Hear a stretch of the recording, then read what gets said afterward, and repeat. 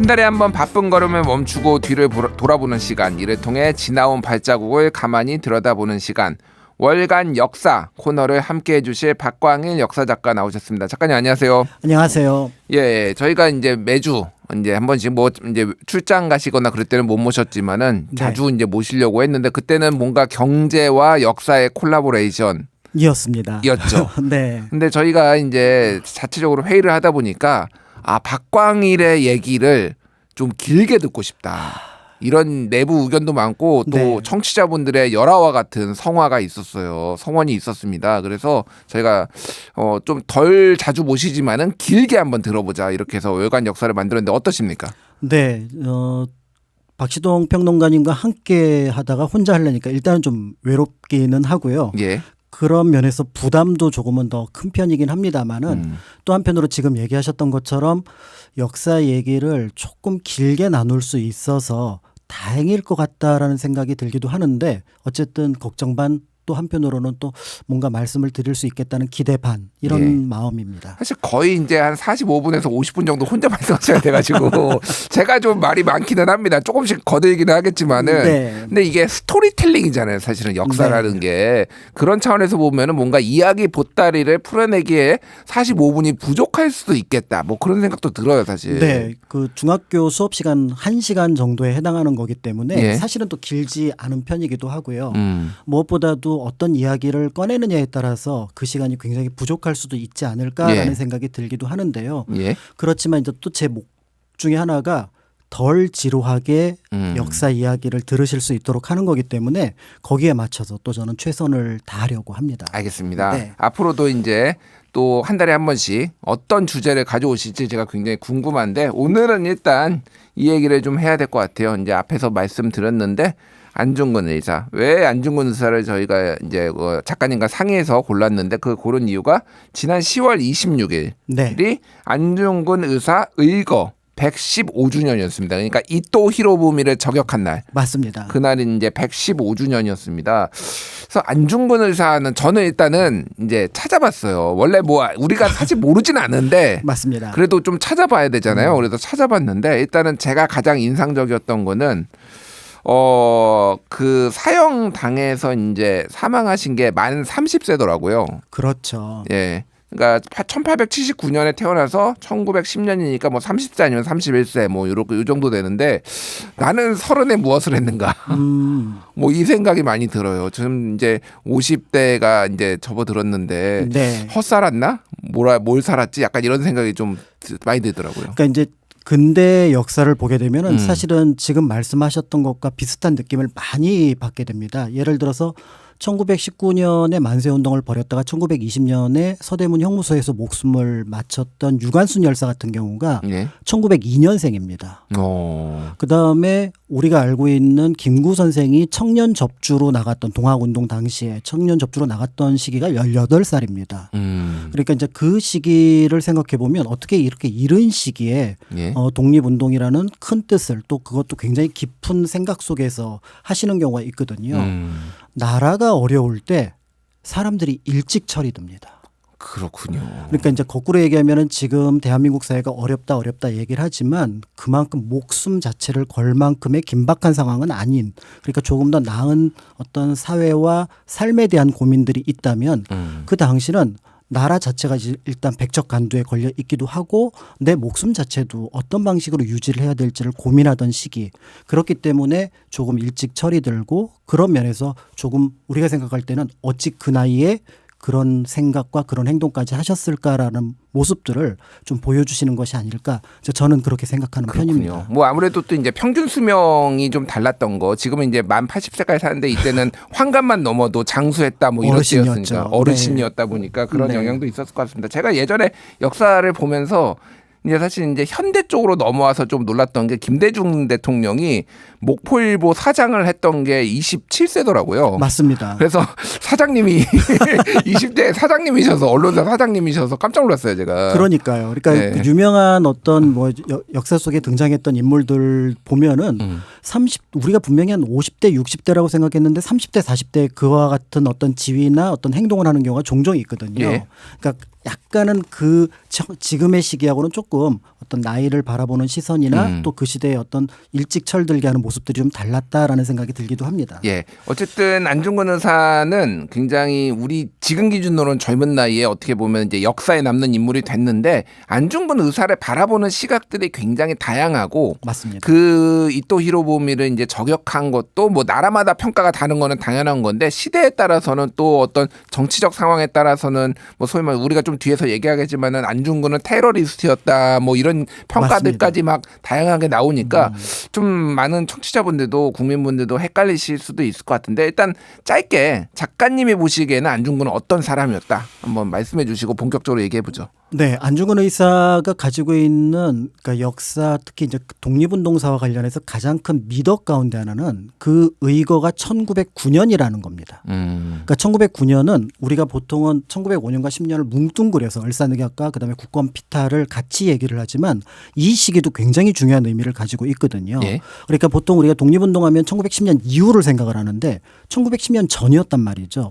그럼 도대체 아직 나라가 망하지 않았는데 왜 안중근 의사는 이토를 처단할 생각을 했을까라고 한다는 점에서 1909년의 상황을 인식하는데 굉장히 큰 의미를 부여할 수 있고요. 실제로 재판 과정에서 1910년 당시에 안중근 의사가 생각했던 이토의 죄목 15가지를 이제 그 재판정에서 얘기를 하거든요. 그러면 이 시기에 이미 이렇게 많은 고민들, 어려움, 더 나아가서 국권의 어떤 희망을 잃는 상황들이 만들어졌구나를 알 수 있게 해주는 점에서 중요한 의미가 있다라고 보여지고요. 또 그 처단 대상이 이토라는 점에서 초대 통감이기도 했던. 예. 그러니까 그 인물에 대해서 같이 생각할 수 있게 만들어 주었다는 점이 우리가 알고 있는 근현대 아픔 속에서도 그 역사적 의미를 무엇보다 우리한테 잘 알려준 인물이다. 이런 생각을 하는 것 같습니다. 알겠습니다. 이제 본격적으로 안중근 의사 얘기를 나눠볼 텐데 일단은 어떤 인물이었는지를 조금 짚어보겠습니다. 원래 교육자로 제가 이제 알고 있는데 어떻게 하다가 이 의열투쟁에 나서게 된 건지 좀 궁금해요. 네, 그러니까 이제 안중근 의사하고 이토는 약간 악연이 있다라고 볼 수밖에 없을 것 같아요. 그러니까 이제 1905년까지만 하더라도 안중근 의사는 그냥 평범한 그러니까 사업가였습니다. 그래서 상회도 열고 석탄 같은 것들을 중개도 하는 예. 그런 면에서 아까 잠깐 얘기하셨던 청년 사장이었거든요. 그런데 1905년에 을사늑약을 소식을 들으면서 이제 외교권을 박탈당했으니까 예. 당대 이제 뭐 민영환 선생이 자결했다 뭐 이런 얘기를 듣게 되니까 이게 큰 국난이라고 생각을 했던 거죠. 그래서 이제 주변 사람들한테 물어보니까 어떤 얘기를 하냐면 우리가 실력이 부족해서 그렇다. 예. 실력을 길러야 된다. 라고 했고 그때부터 자신이 사업으로 모았던 자금을 전부 다 어디에 투입을 하냐면은 학교를 건립하는 데 투입을 합니다. 사문학교나 이제 돈이학교 같은 것들을 운영을 하게 되는데요. 예. 그러니까 여기서 그러면 내가 학생들을 길러서 만약에 훌륭한 인재를 배출한다면 그러면 우리나라가 위기에서 벗어날 수 있지 않을까 이 생각을 했던 것 같아요. 그런데 이 생각조차도 다시 한번 무너뜨리는 계기가 뭐냐면 1907년입니다. 우리가 정미칠조약이라고 하는 이 시기에 고종 황제를 퇴위시키고 군대까지 해산시켜버린 거예요. 예. 아니 그러면 이제 우리가 인재 양성해서 될 게 아니라 나라를 찾는 게 더 급하구나 라고 생각을 해서 혈혈단신 이제 그 블라디보스톡 연해주 쪽으로 가게 되거든요. 예. 여기에서 이제 뜻이 맞는 독립운동가들을 만나게 되면서 우리가 알고 있는 의병 활동을 벌이게 되는데요. 실제로 한 600명에 이르는 대규모 의병을 이끌었던 부대의 한 부대장이기도 했습니다. 그런데 이제 이 부대장에서 활동을 하는데 이건 역시 이제 어떻게 보면 일본군 압박 속에서 제대로 큰 성과를 거두지 못하거든요. 그런 과정 속에서 이제 고민하는 과정 속에서 새로운 방법을 모색하다가 이제 개인으로서 어떻게 보면 11명의 동지가 있었다고는 하지만 예. 단지 동맹을 했던 뭔가 일본의 어떤 침략에 앞장서고 그다음에 한국의 어떤 독립에 방해가 되고 무엇보다도 평화를 무너뜨리는 존재를 처단해야겠다라는 생각을 하는 속에서 우리가 알고 있는 1909년에 어떤 의거의 바탕이 만들어졌다고 볼 수가 있습니다. 그렇군요.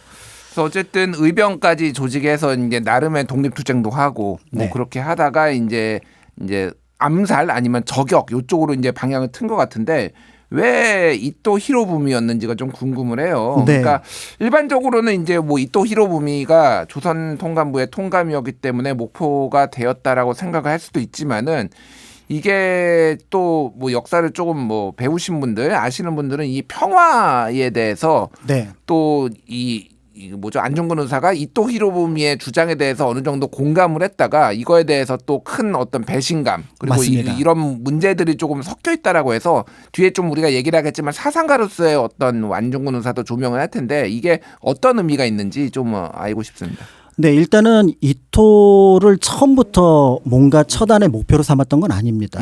그런데 이제 이토가 가지고 있는 당대의 일본 정치에서의 중요성을 어느 정도 알고 있던 상황이었고, 당시 이제 안중근 의사가 활동하던 공간이 연해주, 예. 그러니까 지금 옛 러시아 영토 안에 있었거든요. 블라디보스톡이라든지 그렇습니다. 뭐 그쪽이요. 예. 그런데 이제 거기에 하얼빈 쪽으로 이토가 온다는 소식을 듣고 그다음에 처단의 목표를 이토로 정했다라고 보는 게 이제 맞을 것 같고요. 예. 그런데 이제 안중근 의사가 여러 어떻게 보면은 처단의 목표 속에서 이토가 이제 올라왔던 이유는 지금 얘기하셨던 것처럼 이토는 늘 대한제국의 안정과 대한제국의 평화를 얘기를 했다라는 거죠. 그러니까 대표적인 게 이제 그 러일 전쟁 1904년 러일 전쟁이 있을 때만 하더라도 우리가 사실은 중립을 먼저 선언을 합니다. 대한제국에서. 예. 우리는 러시아 편도 일본 편도 들지 않겠다. 근데 우리한테 한일 의정서를 강제하면서 일본이 뭐라 그러냐면은 이거는 유럽과 아시아의 전쟁인데 지금 한국이나 대한제국이나 중국은 일본 편을 들어줘야 된다. 그래야 한국이나 중국이 안정적인 평화를 누릴 수 있는데 만약에 러시아한테 진다면 어떡할 거냐. 이런 어떤 그 선전을 통해서 어떻게 보면 일반 대중들이라든지 지식인들을 그 일본 쪽으로 끌어들였습니다. 그렇군요. 그러니까 서구 열강 제국주의 열강의 침략에 맞서서 아시아가 똘똘 뭉쳐야 된다. 그렇죠. 이런 거를 이토 히로부미가 좀 역파했다라는 거죠. 맞습니다. 살파했다라는 거죠. 예. 그러니까 이제 그렇게 주장을 하고 더 나아가서 이제 그렇게 되면은 만약에 일본이 이기면 어떻게 되겠느냐. 한국은 안정적이 될 거고 그다음에 어떻게 보면은 지금의 어떤 모습들을 그대로 유지할 수 있을 거다라고 선전을 했는데 우리가 잘 알고 있는 것처럼 러일 전쟁이 끝나자마자 대한제국에 닥쳤던 첫 번째 사건이 을사늑약. 외교권 박탈. 예. 그러니까 사실은 외교권 박탈이라고 하는 거는 우리가 알고 있는 경제용어로 치면 한정치산자, 금치산자가 되는 거거든요. 예. 우리나라가 독자적으로 미국과 외교관계를 못 맺고 영국과 외교관계를 못 맺고 일본이 그거를 대신해 준다는 건 자주국이 아니라는 거죠. 그러니까 당대 사람들은 이때 나라가 망한다고 생각을 했습니다. 예. 그게 이제 1905년 11월 17일 우리가 지금 순국선열의 날로 기념하는 날이 그날이거든요. 예. 그 사건을 안중근 의사가 봤기 때문에 이토가 국적 그러니까 대한제국의 적일 수밖에 없다라고 판단됐고 독립전쟁 과정 속에서 가장 먼저 처단해야 될 인물 가운데 하나로 생각하고 있던 참에 왔던 거죠. 근데 중요한 거는 나중에 이제 하얼빈 의거를 할 때 이토 얼굴을 몰랐습니다. 안중근 의사. 몰랐어요. 왜냐하면 방송으로 듣고 신문으로 봤고 이랬지 이토 자체에 대해서 계속 쫓아다녔던 인물이 아니거든요. 그러니까 구글에 검색을 할 수는 없었을 테니 그러니까. 그렇죠. 예. 그러니까 나중에 이토 사진을 계속 몇 번이나 손으로 들고 다니면서 내가 혹시 다른 사람을 죽일까 봐. 그리고 내가 죽여야 될 이토가 누군지를 확인을 해야 된다는 점에서 이게 이제 재판 과정에서 굉장히 중요한 부분인데요. 예. 안중근 의사는 이토의 개인적인 원한이 하나도 없다.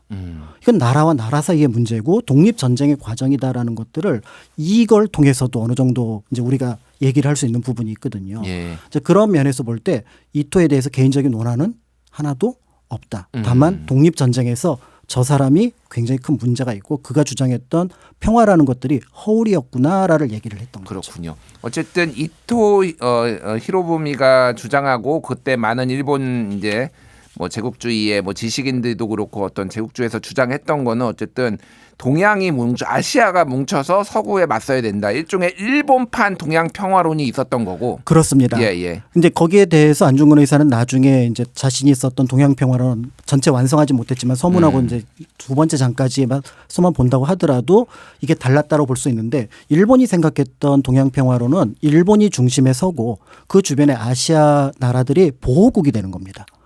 그런 거예요? 네. 그러니까 우리가 알고 있는 대한제국이 을사늑약을 통해서 우리가 예전에는 을사늑약이라고 안 하고 을사보호조약. 그렇죠. 일본에서 그렇게 불렀거든요. 맞습니다. 대한제국을 우리가 보호해 줄 거다. 보호 속에서 있으면 너희들은 안전하다. 이게 이제 일본의 평화론이었고요. 그러니까 처음에는 을사보호조약이라고 하다가 그냥 을사조약이라고 하다가 을사늑약으로 이제 바뀌는 과정이 좀 있었죠. 그러니까. 그렇죠. 그 이유는 뭐냐면 을사조약에 대해서 대한민국 정부가 1945년 광복 때도 그랬고요. 1965년 한일 협약 과정에서 이제 그 식민지 지배 문제를 논의를 해야 되잖아요. 예. 그런데 1905년 을사 늑약과 1910년 국권 침탈 과정에 있었던 조약이 원천 무효라고 주장을 합니다.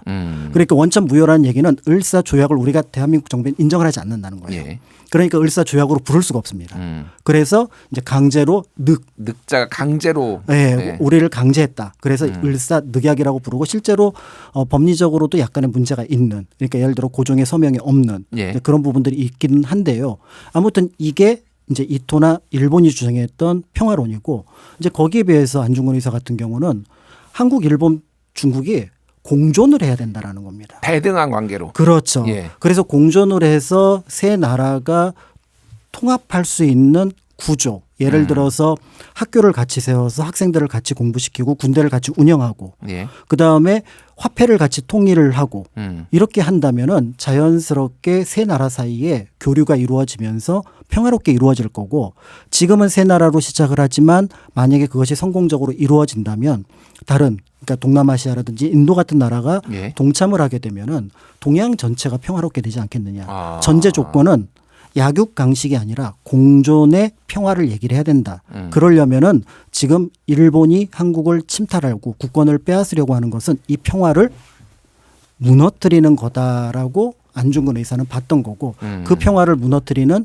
천병 속에 있었던 가장 대표적인 인물이 예. 이토였기 때문에 나는 그를 처단한다. 라는 논리가 거기서 만들어진 겁니다. 그렇군요. 어쨌든 말씀하신 걸 종합해 보면 일종의 동아시아 FTA를 하고 그렇습니다. 일종의 이제 EU 같은 그냥 화폐까지 같이 쓰기로 했었습니다. 그러니까 좀 유로화를 지금 유럽연합이 썼죠. 이게 단계적으로 썼잖아요. 사실은 유럽연합이 이제 통합되기 전에는 각각 화폐를 썼지만은 유럽연합으로 묶였었고 맞습니다. 그때는 그러다가 이제 거의 이제 같이 묶이는 수준 그런 것들을 이제 구상을 했다라는 건데. 어쨌든 말씀하신 대로 그러면은 이토 히로부미가 얘기를 했던 거하고 이제 대척점에 어떻게 보면 이름은 비슷하지만 대척점에 있는 거니 맞습니다. 예, 이거를 강조하기 위해서라도 뭐 어쨌든 저격 대상이 됐다 이렇게 볼 수가 있는 거죠. 그렇죠. 이제 예. 그런 과정 속에서 심지어는 러시아랑 손을 잡고 침략을 공고하게 하려는 소식을 들었기 때문에 결국은 이제 하얼빈에 오는 이토를 그냥 둘 수는 없었던 거고요. 마침 이제 안중근 의사는 자신의 투쟁 방식을 고민하고 있었거든요. 여태까지는 교육, 그다음에 이제 의병했는데 또 다른 투쟁 방식이 있을까? 이걸 고민하고 있던 참에 1908년에 샌프란시스코에서 장인한 전명원 의사가 스티븐스라고 하는 미국 어떻게 보면 외교 고문을 암살하는 사건이 일어납니다. 예, 굉장히 유명한 사건이죠. 네, 예. 이 사건을 보면서 굉장히 파급효과가 컸거든요. 동포 사회가 들썩들썩합니다. 야, 우리가 저렇게도 독립운동을 할 수 있구나. 그런 상황이기 때문에 일본의 어떻게 보면은 침략에 앞장섰던 존재를 처단한다면 그것도 독립운동의 방법이 될 수 있다라는 걸 인식하고 있던 참에 이제 이토와 관련된 기사들을 접하게 되고요.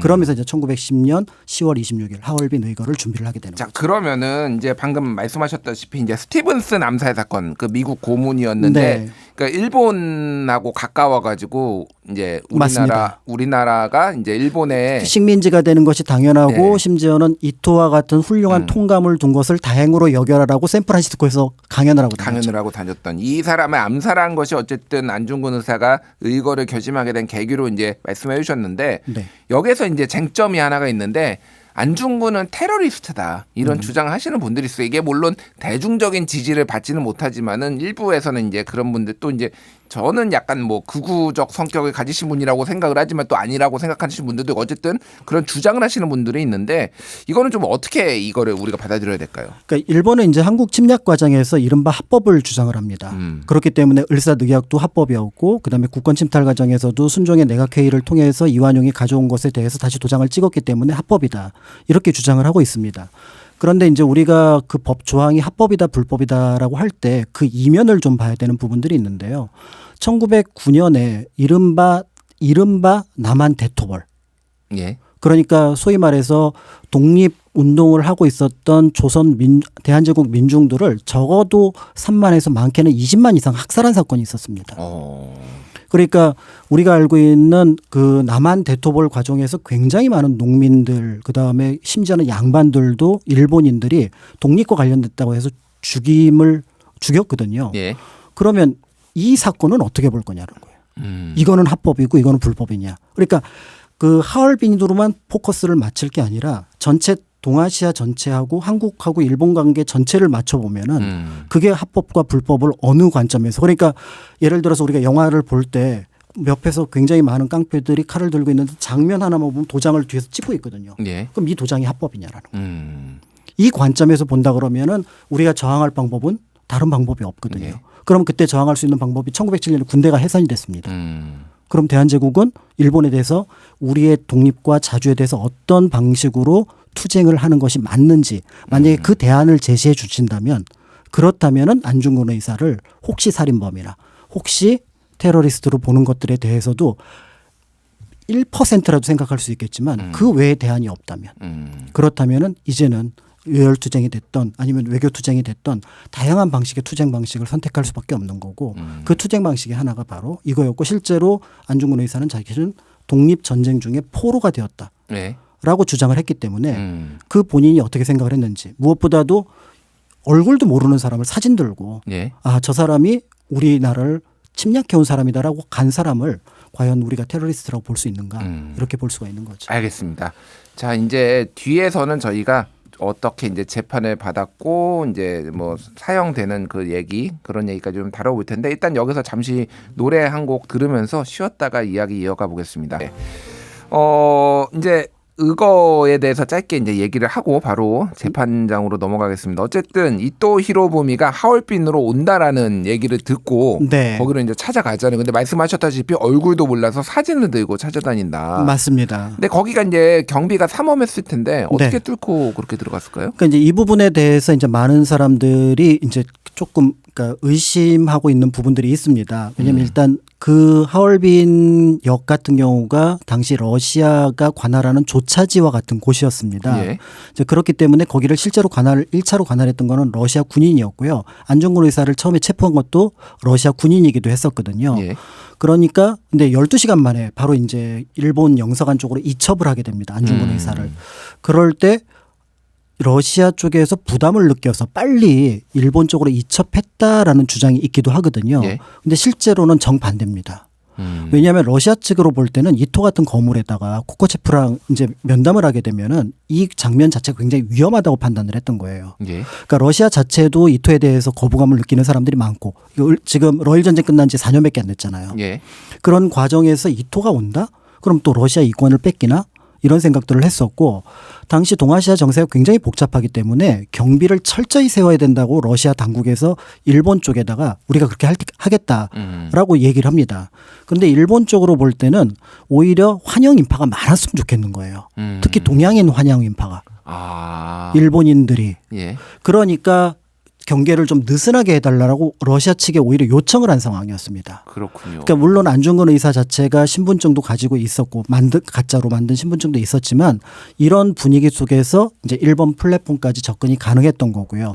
그리고 이제 안중근 의사가 워낙에 이제 총을 잘 쏘는 것으로 유명했기 때문에 6발 중에 3발을 이제 이토에게 이제 명중을 시키면서 우리가 알고 있는 1919년 10월 26일 오전 한 9시 반경에 하얼빈역 1번 플랫폼에서 예. 이제 이토를 처단하는 데 성공하게 되는 거죠. 그렇군요. 그래서 이제 바로 체포가 됐어요, 현장에서. 체포가 됐습니다. 예, 그래서 방금 말씀하신 대로 러시아에 체포가 됐는데 12시간 만에 일본으로 이제 인계가 된 거고요. 그렇습니다. 예. 이제 여기에는 이제 두 가지 중요한 부분이 있는데요. 첫 번째는 을사늑약으로 인해서 일단 대한제국의 외교권이 박탈당했다는 겁니다. 예. 그렇기 때문에 러시아 측으로 볼 때는 그러니까 국외 한국인들에 대한 인계를 일단은 대한제국 쪽을 생각을 안 했던 것 같아요.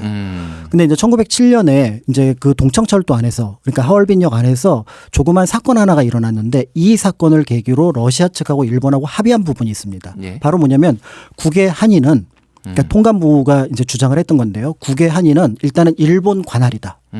그러니까 그 사람이 범죄를 일으켰을 때 1차 재판은 일본에 있는 나가사키에 가서 한다. 나가사키요? 네. 나가사키 짬뽕의 그 나가사키. 맞습니다. 예, 예. 그래서 그 나가사키의 지방법원에서 1차 재판을 연다를 통감부하고 러시아 당국이 이미 이제 그걸 확인을 한 상태였기 때문에 러시아 측은 아까 말씀드렸던 것처럼 이 사람이 국적이 누군지를 확인한 겁니다. 12시간 예. 동안. 그래서 대한제국 이제 신민이었으니까 그러면은 일본 측에다 인계를 한다. 여기까지 이루어진 거니까 이제 여기 원칙에 따르면은 안중근 의사는 여기서 이제 인계를 받아서 이제 나가사키로 가야 되는 거죠. 예. 그런데 그렇게 하지 않고 우리가 알고 있는 것처럼 저쪽 중국의 또 다른 남쪽으로 이제 그 일본이 관할하고 있었던 관동도독부 리순 재판소에서 재판을 하게 되는 거죠. 리순 재판소. 그래서 이제 리순 감옥에서 이제 사망한 것까지는 우리가 많이 알고 있는데 네. 제가 사실은 이름만 들었지 잘 몰라서 이제 검색을 해보니까 그 요동반도라고 하죠. 네, 이쪽에. 맞습니다. 예. 뭐 예전에 거기에 한사군이 설치가 됐네 안 됐네 약간 논쟁이 있었던 고구려가 이제 점령했던 지역이었죠. 예, 거기 맨 구석에 있더라고요. 그러니까 맞습니다. 그 하얼빈하고는 굉장히 거리가 멀던데요. 네. 몇천 킬로. 몇천 킬로 됩니다. 고속철도로도 한 8, 9시간을 제가 갔던 걸로 기억을 하거든요. 예, 예. 그러니까 그렇게 이제 멀리 갔던 이유는 뭐냐면 하얼빈은 러시아 관할이었는데 원래 리순도 러시아 관할이었어요. 그러니까 이제 1895년에 우리가 삼국 간섭이라는 걸 통해서 요동반도를 일본이 할양받으려고 했을 때 러시아, 독일, 프랑스가 일본을 압박해서 요동반도는 할양이 아니라 보상금으로 배상금으로 이제 받아라라고 해서 널리 알려진 사건이 있는데 예. 그때 그거를 주선하고 이제 러시아 측은 여기에 철도 부설권을 얻습니다. 그러면서 그 두 개의 거점 도시가 하얼빈하고 리순이었거든요. 예, 예. 그런데 이 리순을 1904년 러일 전쟁에서 패배한 이후에 일본에게 할양을 합니다. 그러니까 일본은 이 리순 지역과 그다음에 할양받은 철도 남만주 철도라고 하는 하얼빈에서 리순까지 이어지는 예. 이 만주를 관통하는 철도를 관할하기 위해서 관동 도독부라는 걸 설치를 하거든요. 예, 예. 그러니까 관동 도독부는 치해법권 지역이에요. 어떻게 보면은 그러니까 이제 여기로 재판을 보냈다는 얘기는 이 재판을 일본 측으로 볼 때는 공개할 의사가 없다라는 거고요. 만약에 나가사키로 가게 되면 이게 일본 영토기 때문에 예. 국외에 있는 서양 기자들이 취재가 충분히 가능합니다. 아, 그렇군요. 그러면 우리가 알고 있는 1심 재판까지 이루어지기까지 굉장히 많은 어떤 재판 과정이 이루어지고 또 공소까지 하게 되면은 이제 지금으로 치면 상고에 해당하는 공소까지 하게 되면 더 많은 재판 과정을 취재를 해야 되거든요. 그러면은 우리가 알고 있는 것처럼 재판소 밖에서 기자들이 오늘은 무슨 얘기가 논쟁점이었고 오늘은 어떤 얘기가 나왔고 이게 일본한테는 굉장히 부담스럽고요. 무엇보다도 이렇게 되면은 이제 카메라 플래시를 누가 봤냐면은 안중근 의사가 봤습니다. 안중근 의사가 그리고 안중근 의사가 재판에서 얘기하는 거 하나하나가 기사화가 되면은 상당히 일본 입장에서는 부담스럽거나 피하고 싶었던 거네요. 그렇죠. 그래서 일본은 이 재판을 첫 번째는 숨기고 싶었고요. 예. 설사 나중에 기사로 주인공이 되더라도 안중근이 아니라 이토가 돼야 된다고 봤던 거죠. 죽은 이토가. 억울하게 사망한 이토. 그렇죠. 일본의 입장에서 보면은 히비야 공원에서 이제 어떻게 보면 일본 최초의 국장이라고 할 수 있는 장례를 치렀던 이 이토가 주인공이 돼야 되기 때문에 그렇게 하려면은 나가사키는 위험하다고 판단을 했고요. 예. 또 일본 법원이 당시 정치범에 대해서 사형 선고를 잘 안 내렸습니다. 예. 그러면은 나가사키 지방법원 같은 경우는 일본 대법원의 영향 속에 있기 때문에 좀 어떻게 보면 일본 정부에서 손대기가 어려웠다고 봤던 건데 관동도독부는 관동군 관할이거든요. 예. 그러니까 거기에 재판관이 있긴 하지만 사실상 군사법원이네 그러니까. 그렇기 때문에 일본 정부의 입김이 더 쉽게 닿을 수 있다고 판단을 했고 그래서 관할이 있음에도 불구하고 나가사키가 아니라 리순으로 갔던 거죠. 알겠습니다. 그러니까 지금 안중근 의사는 아까 전에 처음에 좀 얘기해 주셨는데 이거는 국가 대 국가의 독립투쟁이고 나는 독립 전쟁을 한 거다라고 그거를 또 알리고 싶고 그렇습니다. 그래서 이제 그거를 재판 과정에서 알릴 목적이었는데 나가사키로 가지 않고 리순으로 가면서 그게 일단 약간 어그러진 그렇습니다. 어그러진 그런 상황이었던 것 같아요. 네, 그래서 이제 안흥칠 역사나 그다음에 이제 뮤지컬이나 영화에 보면은 방청객도 일본인, 재판관도 일본인, 변호인도 일본인 다 일본인인데 예. 이게 지금 어떻게 된 거냐라고 하소연하는 장면이 안흥칠 역사에 안중근에서 직접 썼던 내용이거든요. 예. 예측하지 못했던 부분이었던 거죠. 그래서 결국은 재판을 하나의 독립투쟁 과정으로 보려고 했던 안중근 의사로 볼 때는 많이 어그러진 셈이 됐다고 볼 수가 있습니다. 재판이 좀 어떤 식으로 진행됐는지 궁금해요. 이제 뭐 우리가 이제 앞에서 얘기했듯이 안중근 의사는 나는 이건 독립투쟁이다, 테러 아니다라고 하고 일본에서는 계속 테러리스트다. 뭐 이런 식으로 이제 약간 그 의견이 대립했을 것 같아요. 그렇습니다. 예를 들어서 이제 가장 중요한 논쟁점 중에 하나가 정치범 논쟁이었어요. 그 리순에서도 그 전쟁 그 재판을 하는 과정 속에서 그런데 이제 그 미조부치를 포함한 검사장들은 뭐라고 주장을 했냐면은 안중근 의사의 그 이토 처단은 정치적인 행동이 될 수가 없다. 왜냐하면 이토가 죽음으로써 대한제국의 변화가 일어나지 않았기 때문에 이거는 일반 암살이다. 이렇게 해서 일반 형사범으로 몰고 가려고 했고 이제 안중근 의사는 그렇지 않다. 이토가 죄악을 일으킨 거를 봐라. 고종황제 퇴위부터 시작해서 굉장히 그러니까 을미사변까지 끌어오거든요. 예. 그럼 이 많은 죄악을 저질렀다면 이게 어떤 한 사람의 개인이 아니라 일본 대표하는 존재고 나는 대한독립군 참모의군 준장으로서 활동을 했기 때문에 나는 독립투쟁 과정이었다. 이 부분이 이제 문제였고요. 그다음에 이제 또 하나는 변호인 문제였습니다. 예. 당연히 이제 일본은 합법을 가장한 안중근 의사의 사형을 의도하고 있었기 때문에 거기에 유명한 변호인이나 아니면은 국외 변호인이 들어오면 위험하다고 판단했던 거예요. 근데 실제로 안중근 의사의 의거가 일어났을 때 연해주가 발칵 뒤집힙니다. 돕자. 예. 안중근을 돕자 해갖고 안중근에 있는 교민들이 다 모아서 당시 이제 미하일로프라고 하는 우리가 알고 있는 최재형 선생하고 연결되었던 신문사에서 활동하던 러시아인이 이제 변호인으로 이제 그 신청을 하게 되는데 예. 이거를 거부를 합니다. 아, 거절이 된다고요? 네. 그리고 또 이제 그 하와이 쪽에서도 이 소식이 알려져요. 예. 그러니까 하와이 쪽에 있는 분들이 또 돈을 모아서 영국 사람 더글라스라고 하는 변호인을 선임을 합니다. 예. 근데 이 선임계도 거부당합니다. 아니 근데 그거는 조력받을 권한이 있는 거잖아요. 그렇죠. 예? 그러니까 이제 결국은 누구를 하냐면은 이제 안병찬이라는 한국 변호인도 거부를 하면서 완전히 거부를 할 수 없으니까 이 재판은 특별하다고 해서 국선. 아, 국선 변호사요? 그래서 일본 변호인이 이제 변호를 하게 하는데 예. 이 일본 변호인들도 생각보다 이 논쟁점에서 가장 중요한 부분 하나를 건드립니다. 어떤 건가요? 관할권을 건드리죠. 을사늑약으로 예. 그러니까 대한제국의 외교권이 일본에 가 있는 건 맞지만 사법조차도 국외에서 하는 게 맞느냐. 그 외교권만 뺏긴 거지 지금. 그렇죠. 그러면은 대한제국은 지금 사법권을 왜 국외에서 하느냐. 예. 그렇다면 이 재판은 오히려 통감부가 갖고 있다고 한다 그러면 서울 가서 해야 된다. 조선에서 해야 된다. 아니 그러니까 대한제국에서 해야 된다. 네, 서울에서 해야 된다를 주장을 해서 재판부를 당황하게 하기도 했습니다. 그러니까 그 국선 변호인들조차도 이 정도였기 때문에 만약에 더글라스나 미하일로프 같은 또 안병찬 같은 어떻게 보면 안중근 의사가 선임하고자 하는 변호인들이 선임이 됐다면은 예. 재판의 국면들이 외부에 어떻게 나갔을지 모르지만 굉장히 좀 일본에게 충격을 줄 가능성이 있는데 이마저도 막았던 거죠.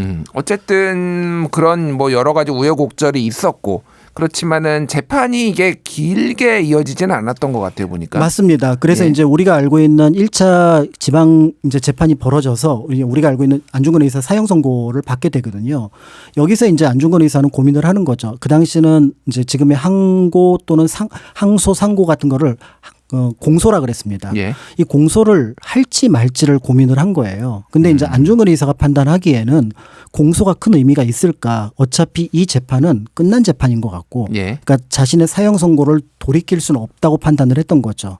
그러니까 그렇다면은 오히려 내가 책을 좀 쓰고 있는데 안흥칠 역사라는 개인 어떤 자서전이랑 그다음에 동양평화론 같은 책을 쓰고 있는데 이 시간을 얻는 것이 더 낫지 않을까 이제 이렇게 판단을 했던 것 같고 이 부분을 이제 재판부랑 협의를 했던 것으로 보여집니다. 예. 그 재판부에서도 그 부분에 대해서는 양해를 할 수 있다라고 해서 공소를 취하합니다. 공소를 그러니까 항소를 포기하고 항소를 포기하고 예. 1심으로 그 판결을 그대로 이제 확정을 지은 거죠. 사형이 확정이 됐고. 그런데 이제 일본에서는 그 재판 그 사형 선고와 관련해서 이제 집행일을 갑작스럽게 당기면서 예. 이제 1910년 3월 25일 날 예. 그러니까 재판이 11월 달에 이제 시작이 되는데 예. 11월 달에 시작된 것이 재판이 끝나고 한 달 만에 우리가 알고 있는 사형 집행이 이루어지게 되면서 3월 26일 날 이제 예. 안중근 의사는 순국을 리슨 감옥에서 하게 됩니다. 형이 확정되고 한 달 만에 사형 집행이 됐다. 그렇습니다. 그러니까 일반적으로 뭐 지금하고 비교를 할 수 없지만은 지금도 이제 뭐 예를 들면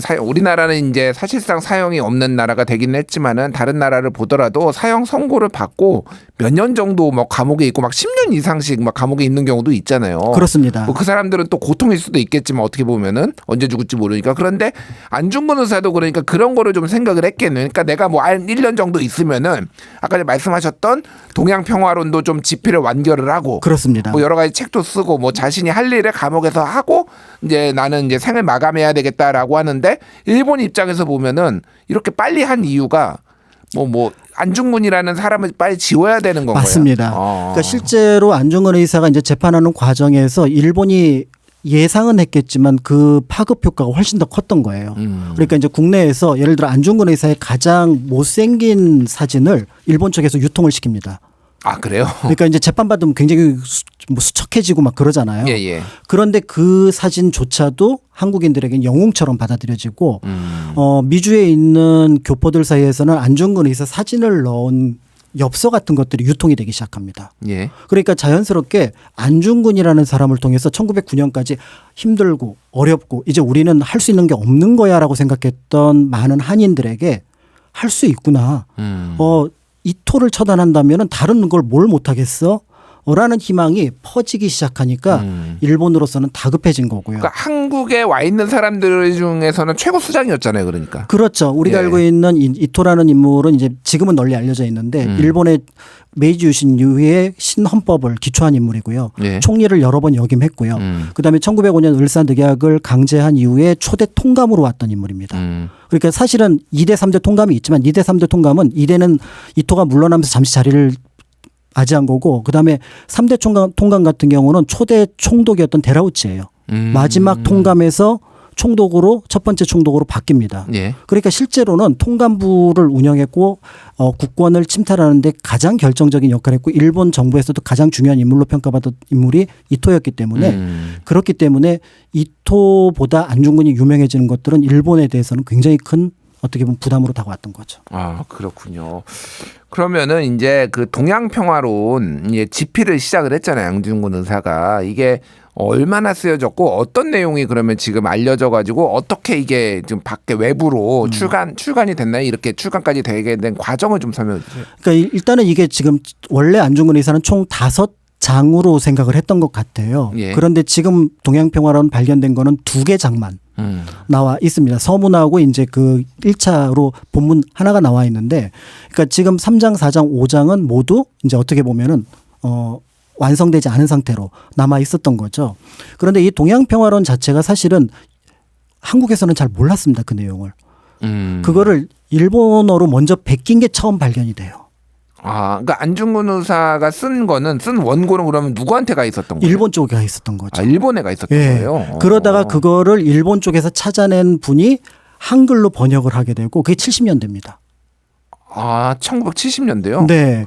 그러니까 우리가 알고 있는 1909년부터 1970년까지 뭔가 있다는 얘기는 들었는데 그 예. 본문 내용을 확인한 거는 굉장히 늦었다라고 볼 수가 있는 거고요. 안중근 의사 연구가 그래서 늦어지게 된 이유 중에 하나가 바로 그런 이유하고 관련이 있습니다. 그렇군요. 그러니까 뭔가 썼다는 소문만 돌았던 거네요. 그러니까 제목만 전해진 거죠. 아, 동양평화론이라는 걸 썼다더라. 네, 그래서 안흥칠 역사라고 하는 자서전을 썼다더라. 예. 라고 하는 것만 알려졌는데 두 책 모두 굉장히 늦게 발견이 됐고요. 그런 과정 속에서 이제 우리가 짐작할 수 있는 것 중에 하나가 이제 결국은 안중근 의사의 죽음조차도 일본은 두려워했던 것으로 보여지는데요. 예. 바로 일본의 이제 형법, 그러니까 감옥법에 따르면은 가족 친지 또는 친구가 유해를 요청하면은 바로 교부하도록 되어 있습니다. 그런데 안중근 의사가 이제 순국할 당시에 동생들이 와 있었거든요. 예. 안정근, 안공근. 그러니까 당연히 이제 안중근 의사가 순국을 하게 되면 그 유해를 모셔야겠다고 얘기를 했고 안중근 의사 같은 경우는 이제 이미 유언을 했습니다. 내가 죽으면은 먼저 하얼빈 공원에 묻고 나중에 조국이 독립이 되면은 그러면은 다시 국내로 이장을 해달라라고 예. 유언을 한 상태였죠. 그런데 하얼빈이라는 동네에 만약에 안중근 의사의 유해가 묻혀진다면 일본 쪽으로 볼 때는 예. 여기 독립의 성지가 될 거다. 아, 끊임없이 누군가 조문 오고 조문의 그렇죠. 행렬이 이어질 거를 두려워했군요. 그러니까. 그렇죠. 그럼 여기 안중근이 돌아가신 곳이고 이걸 일으킨 곳이고 지금 묻혀 있는 곳이고 이걸 일으킨 곳이고 하면은 그것 자체가 부담이었던 거예요. 그래서 일본 법에 있음에도 불구하고 불법으로 예. 유해를 그냥 리순 감옥 공동묘지에 암장을 합니다. 아, 그러면은 그러니까 리순 감옥의 공동묘지에 암장을 한 거는 확인이 된 건가요? 거기까지는 그러니까 확인이 됐습니다. 기록에 남아 있는 네, 거군요. 기록도 그러니까. 나와 있습니다. 근데 문제는 리순 감옥의 암장지가 감옥을 중심으로 세 방향에 공동묘지가 있거든요. 예. 그래서 실제로 이제 한동안 그 안중근 의사 유해를 찾기 위해서 북쪽에 있는 유역을 다 뒤졌어요. 근데 예. 거기 아파트가 들어섰습니다. 아. 그러니까 이제 거기가 이제 문제가 있다 그래서 동쪽 영역은 아직 비어 있어서 예. 만약에 여기를 다시 한번 발굴을 하면은 어쩌면은 안중근 의사의 유해를 찾을 수 있지 않을까 좀 이렇게 보고 있는데 거기까지는 지금 이제 실제로 이루어지진 않았고요. 이제 앞으로 만약에 이루어진다면은 안중근 의사의 유해를 찾을 수 있지 않을까 이렇게 하고 있는데 실제로 우리나라를 가장 대표하는 독립운동가의 유해가 예. 한국에 없다. 그러니까요. 이것도 굉장히 큰 충격적인 거죠. 윤봉길 의사, 이봉창 의사의 유해는 효창원에 지금 효창공원 안에 모셔져 있거든요. 예. 근데 그 옆에 빈 공간에 허묘로 가묘로 이제 안중근 의사의 무덤만 이제 남아 있다는 점에서 당대 일본 사람들이 안중근이라는 인물을 어떻게 생각을 했고 더불어서 이제 우리는 안중근 의사에 대해서 어떻게 생각을 하고 있는지 네. 이런 것들을 같이 생각해 볼 수 있는 것도 그 유해와 관련된 부분이 아닐까라는 생각이 듭니다. 정말 그거는 어쨌든 중국의 또 협조가 좀 필요한 부분인데 네, 중국도 예. 협조가 필요하고요. 또 안중근 의사와 관련해서는 북한 쪽에서도 관심이 많기 때문에 황해도 그래요? 해주 사람이니까 황해도 분이시군요. 그러니까 자연스럽게 이제 북한 쪽도 일정하게 관심을 갖고 있어서 사실은 안중근 의사 유해 부분은 남북 중 예. 이 모두 관심을 가져야지 그 문제를 좀 원활하게 풀 수 있는 부분이기도. 근데 만약에 유해를 진짜 찾았다라고 하더라도 북한에서 아니 이거 황해도 사람인데 우리가 모셔가야지 뭐 이렇게 나오면은 이거 외교 전쟁이 벌어질 수도 그러니까 있겠네요. 굉장히 이제 물론 이제 그 유해를 발굴하러 간 유해 어떤 그 단에서 해결할 부분이긴 하지만 지금 말씀하신 것처럼 그런 문제 제기를 할 가능성도 없지 않습니다. 알겠습니다. 자, 이렇게 안중근 의사의 의거 어떻게 이뤄졌고 어떻게 감옥에서 재판하고 이제 사망까지 했는지를 이제 돌아봤는데 안중근 의사 독립운동가로서의 안중근 의사는 그러면 어떻게 우리가 평가를 해야 되고 특히 이제 안중근 의사가 주창했던 동양평화론이 너무 이상적이다. 이런 얘기도 있어요. 그러니까 이렇게 어떻게 다 동등하게 그렇게 할 수 있냐 그 시기에 네. 지금 이거를 어떻게 우리가 좀 봐야 되는지 말씀해 주시죠. 그러니까 이제 독립운동가 분들이 얘기를 하는 것을 이제 그걸 이제 어떻게 이해를 해야 되느냐를 짐작해 볼 수 있는 게 1919년 대한민국 임시정부입니다. 예. 대한민국 임시정부가 1919년 4월 11일 임시헌장을 발표하면서 대한민국은 민주공화제로 한다. 를 선포를 합니다. 그래서 우리가 앞으로 이제 헌법을 만들면 이 기조로 만들 거고 더 나아가서 우리는 이것을 지향점으로 독립운동을 할 거다. 그러니까 이게 핵심은 뭐냐면 독립운동이 복벽운동 그러니까 고종황제나 순종황제를 다시 우리한테 모시는 것이 아니라 미래로 나아갈 것을 여기에다가 이제 선언을 했다. 이렇게 보는 거거든요. 예. 근데 1919년 당시에 그 임시헌장 첫 번째 조항을 본 많은 사람들이 웃었을 겁니다. 그게 가능하냐. 아직 순종황제 살아계시고 예.